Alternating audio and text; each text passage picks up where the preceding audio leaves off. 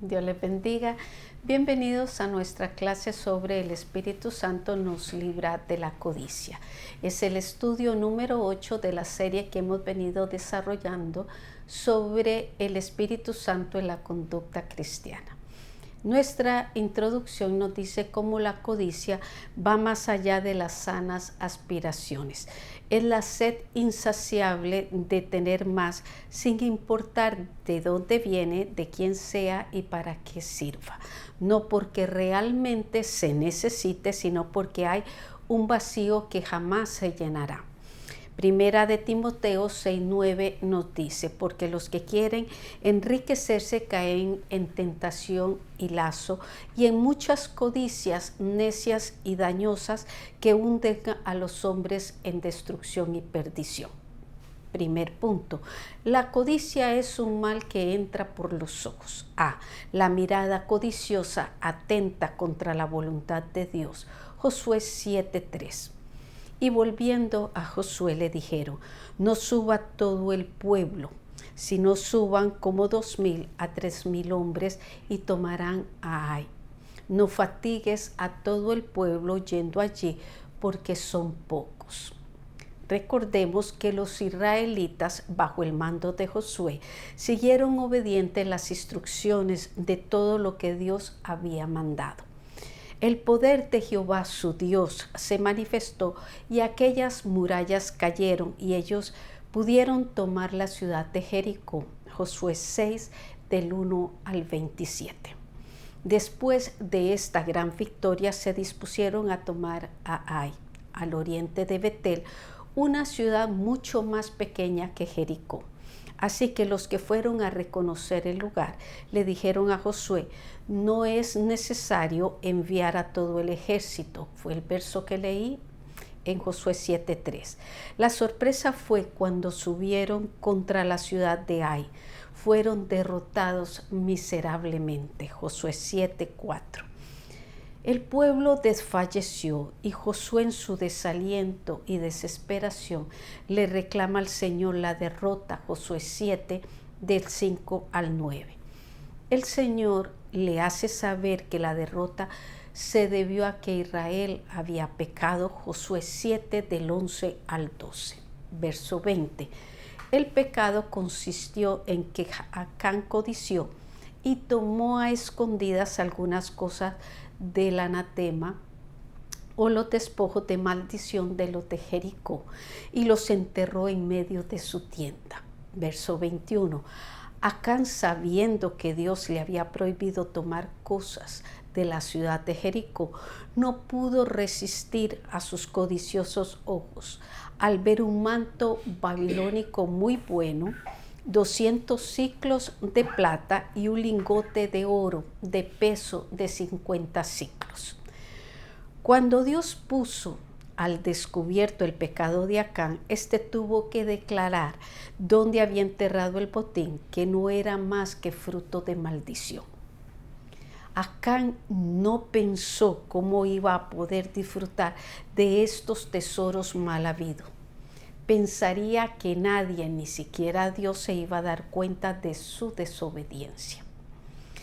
El pecado ciega el entendimiento y en el caso de la codicia es un deseo maligno que entra por la vista, se deleita en tener mucho y más si son cosas prohibidas.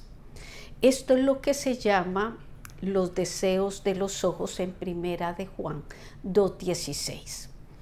El último mandamiento de los 10 nos dice, no codiciarás la mujer de tu prójimo, ni su siervo, ni su criada, ni su buey, ni su asno, ni cosa alguna de tu prójimo. Éxodo 20:17.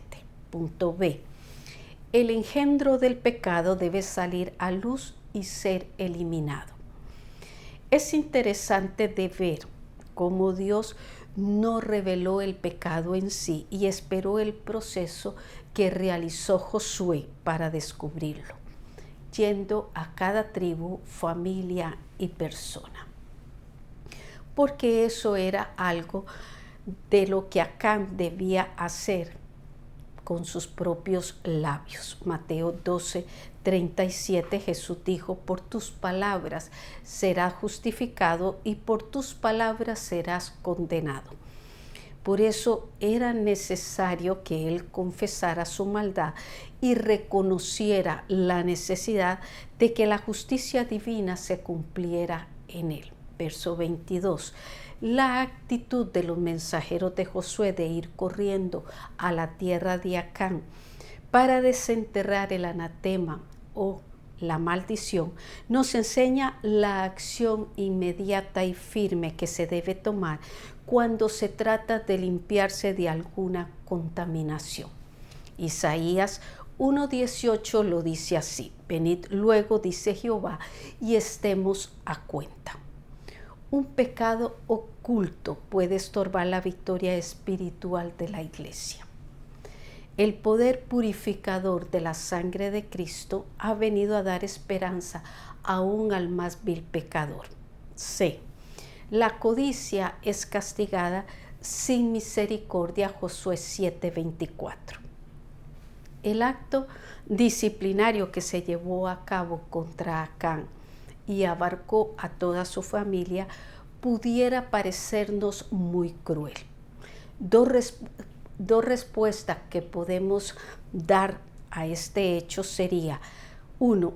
Los familiares de Acán se hicieran partícipes de este pecado por no haber denunciado a las autoridades del pueblo que el anatema fue enterrado en medio de la tienda que vivía. Así aprendemos que hacer causa común con un familiar que ha desobedecido a Dios y encubrir sus reprochables hechos en solidaridad con él es visto como pecado delante de Dios. 2. Verso 25. El apedreamiento de Acán y toda su familia es una clara evidencia de que los juicios de Dios son una realidad. Los que piensan que como Dios es amor, no aplicará los juicios y la condenación sobre los que lo rechazan, anunciados en la Biblia, están totalmente equivocados. Será como dijo el salmista: no se levantarán los malos en el juicio, ni los pecadores en la congregación de los justos. Salmo 1:5. Pero al mismo tiempo que existe la realidad de la condenación para los desobedientes, existe la realidad de la salvación de los que se arrepienten y se acogen por fe a la misericordia de Dios en Cristo Jesús. Pregunta: ¿cuál es el 10º mandamiento? Segundo punto: la codicia es una enfermedad del alma. A. Es una sed insaciable que produce ansiedad y desencanto. Vamos a pasar a Eclesiastés 5, verso 10. El que ama el dinero no se saciará de dinero, y el que ama el mucho tener no sacará fruto. Lo que quiere decirnos es que cuanto más quiere el codicioso, más deseará tener, no porque lo necesite realmente, sino por el vacío tan profundo que tiene dentro de sí, que no termina de llenar. Verso 11. En este verso se nos señala uno de los tantos males que le sobrevienen al que pone su corazón en las riquezas materiales. Cuando aumentan los bienes, también aumentan los que lo consumen. ¡Qué bien! Pues tendrá su dueño si no verlo con sus ojos. La triste realidad es que aunque aumenten las ganancias, también sus gastos y sus deudas se multiplican. B. La abundancia de riquezas no produce paz ni felicidad. Seguimos en Eclesiastés 5:12. Dulce es el sueño del trabajador, coma mucho, coma poco, pero al rico no le deja dormir la abundancia. Veamos una de las verdades que nos presenta este verso acerca de la diferencia entre el rico y el pobre. El que vive de su trabajo diario quizás no tenga una gran solvencia ni muchos lujos o grandezas, pero lo poco que tiene es a base de esfuerzos y de trabajo sano y honrado. Por eso su alma está en paz, su estado de ánimo está tranquilo y tiende a valorar más lo espiritual que lo perecedero. Y si a eso le agregamos el trabajo físico que tiene que hacer para ganarse su jornal, especialmente si trabaja en el campo, no tendrá que tomar píldoras para dormir ni tranquilizantes para sus nervios. La vida del que depende de Dios puede ser placentera, aún en la escasez. Pero al rico, dice Salomón, no le deja dormir la abundancia. Por el afán de mantener ideas, planes para sus negocios o ansias para tener más o el temor de perder lo obtenido. Así se puede perder la felicidad y la paz del alma junto con la comunión íntima y personal con Dios, aunque pertenezcan a una congregación. C. Las riquezas acumuladas o mal usadas son inútiles. Verso 14. El escritor bíblico señala en este verso el dolor que sufre un individuo que acumula riquezas sin saber cuándo disfrutarla. Verso 13. Dice, hay un mal doloroso que he visto debajo del sol.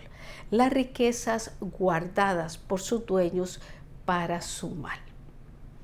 En este caso que vamos a desarrollar, la adquisición de los bienes se supone fue legal y de forma digna.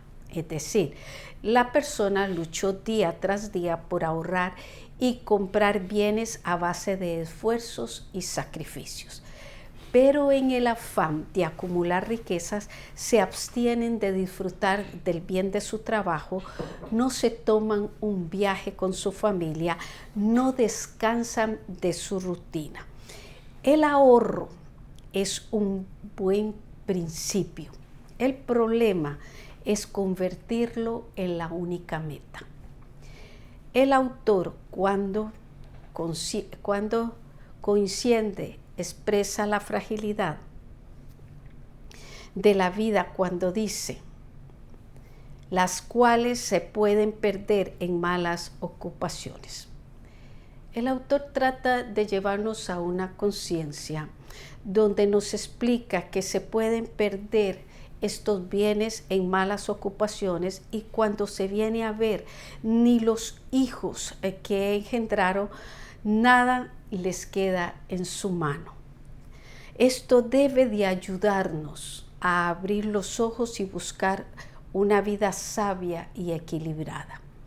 Podemos tener una vida agradable sin dejar de prepararnos para el futuro. Verso 15. Como salió del vientre de su madre desnudo, así vuelve, yéndose tal como vino, y nada tiene de su trabajo para llevar en su mano. Estas palabras de este verso nos recuerdan las reflexiones de Job. Desnudo salí del vientre de mi madre y desnudo volveré allá. Job 1:21. La diferencia entre el concepto de Job y el de Salomón es que el primero, refiriéndose a Job, hablaba desde el punto de vista de uno que lo había perdido todo, mientras que el segundo se refiere al que tiene mucho. Sin embargo, a la hora de la muerte, ambos están en la misma condición. No trajeron nada al nacer y nada se llevan al morir. Jesús dijo en Lucas 12:15, mirad y guardaos de toda avaricia, porque la vida del hombre no consiste en la abundancia de los bienes que posee. También Pablo en Colosenses 3:1 y 2 dice, si pues habéis resucitado con Cristo, buscad las cosas de arriba donde está Cristo sentado a la diestra de Dios. Poned la mira en las cosas de arriba, no en las de la tierra. Así que el Señor nos ayude a rendir nuestra voluntad nuestros anhelos y nuestras aspiraciones al Espíritu Santo para que Él nos guíe. Si usted necesita ayuda en este sentido, busque al Señor en oración y permita que el Espíritu Santo dirija totalmente su vida. También puede pedir orientación a su pastor o a otros creyentes. Pregunta: ¿cómo te limita la codicia y la avaricia?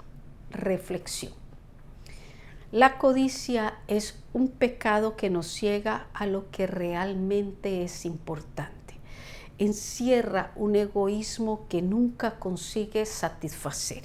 Por eso se dice que viene acompañada de estrés, agotamiento, ansiedad, depresión y desesperación. Además, puede dar lugar a patrones de comportamiento como el juego, el acaparamiento, el engaño, incluso el robo.